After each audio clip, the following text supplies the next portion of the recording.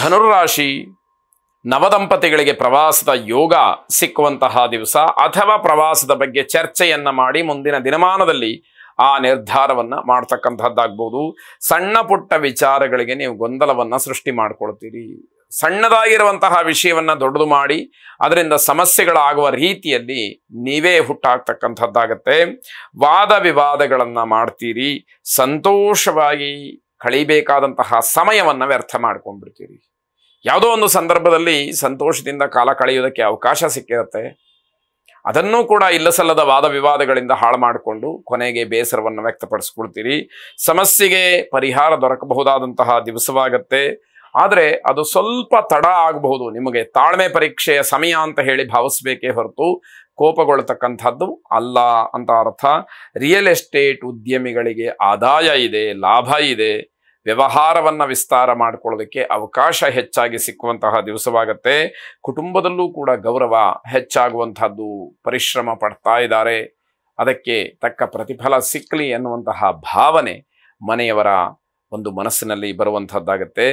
ನೀರಿನ ಭಯ ಅಥವಾ ಜಲಕಂಟಕ ನಿಮ್ಮನ್ನು ಕಾಡಬಹುದು. ಎಚ್ಚರಿಕೆಯನ್ನು ವಹಿಸಿ ವರುಣದೇವರನ್ನ ಪ್ರಾರ್ಥನೆ ಮಾಡಿ.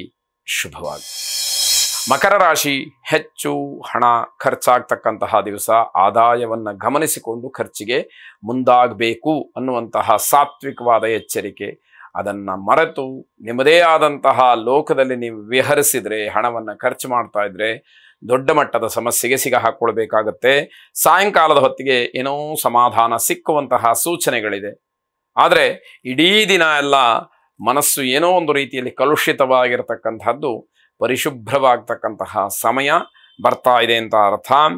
ಕೆಟ್ಟ ಕನಸುಗಳು ನಿಮ್ಮ ದಿವಸವನ್ನು ಹಾಳು ಮಾಡ್ತಕ್ಕಂಥದ್ದು. ಇಡೀ ದಿವಸ ಅದು ನಿಮ್ಮನ್ನು ಕಾಡುವಂಥದ್ದಾಗತ್ತೆ.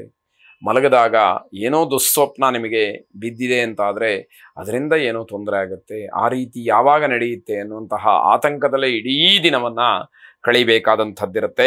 ಕುಟುಂಬದ ವಾತಾವರಣ ತುಂಬ ಶಾಂತಿಯುತವಾಗಿರುತ್ತೆ, ಆದರೆ ನಿಮ್ಮ ವೈಯಕ್ತಿಕವಾದಂತಹ ವಿಚಾರಗಳು ಮತ್ತೆ ಮತ್ತೆ ಚರ್ಚೆಗೆ ಬರುವುದರಿಂದ ಮನಸ್ಸಿನಲ್ಲಿ, ಮನೆಯಲ್ಲಿ ಎಲ್ಲರಿಗೂ ಕೂಡ ಆತಂಕ ಹೆಚ್ಚಾಗ್ತಕ್ಕಂಥದ್ದು.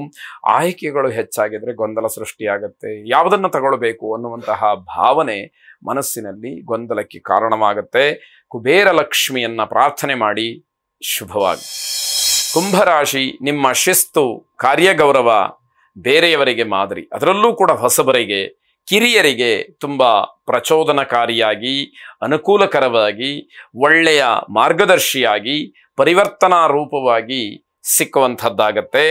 ವಿವಾಹಿತರು ಜಗಳ ಮಾಡ್ಕೊಳ್ತಕ್ಕಂತಹ ಸಾಧ್ಯತೆ ಹೆಚ್ಚಾಗಿದೆ. ಸಂಸಾರದಲ್ಲಿ ಏನೋ ಸಮಸ್ಯೆ ಅನ್ನುವಂತಹ ಭಾವನೆ ನಿಮ್ಮನ್ನು ಮತ್ತೆ ಮತ್ತೆ ಕಾಡುವಂಥದ್ದಾಗತ್ತೆ. ಹಿರಿಯರ ಬೆಂಬಲ ದೊರಕುತ್ತೆ, ಹಾಗಾಗಿ ನೀವು ಮತ್ತಷ್ಟು ಮಾತನ್ನ ಆಡ್ತೀರಿ ಅಂತಕ್ಕಂಥದ್ದು. ಮಕ್ಕಳ ಪ್ರಗತಿಯ ಬಗ್ಗೆ ಚಿಂತನೆಯನ್ನು ನಡೆಸ್ತೀರಿ. ಮಕ್ಕಳ ಮುಂದಿನ ಭವಿಷ್ಯ ಏನಾಗಬೇಕು, ಅವರ ಉದ್ಯೋಗ ಇರ್ಬೋದು, ಅವರ ಭವಿಷ್ಯದ ವಿದ್ಯಾಭ್ಯಾಸ ಇರ್ಬೋದು, ಅವರ ಜೀವನ ಶೈಲಿ ಇರ್ಬೋದು, ಜೀವನದಲ್ಲಿ ಅವರು ನೆಲೆ ನಿಲ್ಲತಕ್ಕಂಥದ್ದು ಇರ್ಬೋದು, ವಿದೇಶಕ್ಕೆ ಹೋಗೋದಿರ್ಬೋದು, ಹೀಗೆ ಹಲವಾರು ಆಸೆಗಳನ್ನು ಹೊತ್ತುಕೊಂಡಿರತಕ್ಕಂಥವರಿಗೆ ಅದರ ಬಗ್ಗೆ ಹೆಚ್ಚಿನ ಚಿಂತನೆಗಳು ನಡೀತಕ್ಕಂಥದ್ದಾಗತ್ತೆ. ಪ್ರೇಮಿಗಳಲ್ಲಿ ಒಂದು ರೀತಿಯ ಪರಸ್ಪರವಾದಂತಹ ಅವಮಾನ ಆಗ್ತಕ್ಕಂತಹ ಸಾಧ್ಯತೆ, ಬೇರೆಯವರಿಗೆ ಹೆದರಿಕೆಯೂ ಕೂಡ ಆಗ್ತಕ್ಕಂಥದ್ದು. ಇಂಜಿನಿಯರಿಂಗ್ ವಿದ್ಯಾರ್ಥಿಗಳಿಗೆ ಯಾವುದೇ ಕಾರಣಕ್ಕೂ ಕೂಡ ನೀವು ಅಂದುಕೊಂಡಂತಹ ಗುರಿಯನ್ನು ಸಾಧಿಸುವವರೆಗೆ ನಿಮ್ಮ ಪ್ರಯತ್ನವನ್ನು ಮಾಡಬಾರದು ಅಂತಕ್ಕಂತಹ ಒಂದು ಸಲಹೆ, ಅದನ್ನು ಗಮನಿಸ್ಕೊಳ್ಬೇಕು. ಸ್ವಯಂವರ ಪಾರ್ವತಿಯನ್ನು ಪ್ರಾರ್ಥನೆ ಮಾಡಿ. ಶುಭವಾಗಿ. ಕೊನೆಯದಾಗಿ ಮೀನರಾಶಿ, ನಾನು ಏನೇ ಯೋಚನೆ ಮಾಡಿದರೂ ಅದೆಲ್ಲವೂ ಕೂಡ ಧನಾತ್ಮಕವಾಗಿರಬೇಕು ಅನ್ನುವಂತಹ ಭಾವನೆ ನಿಮ್ಮ ಮನಸ್ಸಿನಲ್ಲಿ ಇರಬೇಕಾಗತ್ತೆ.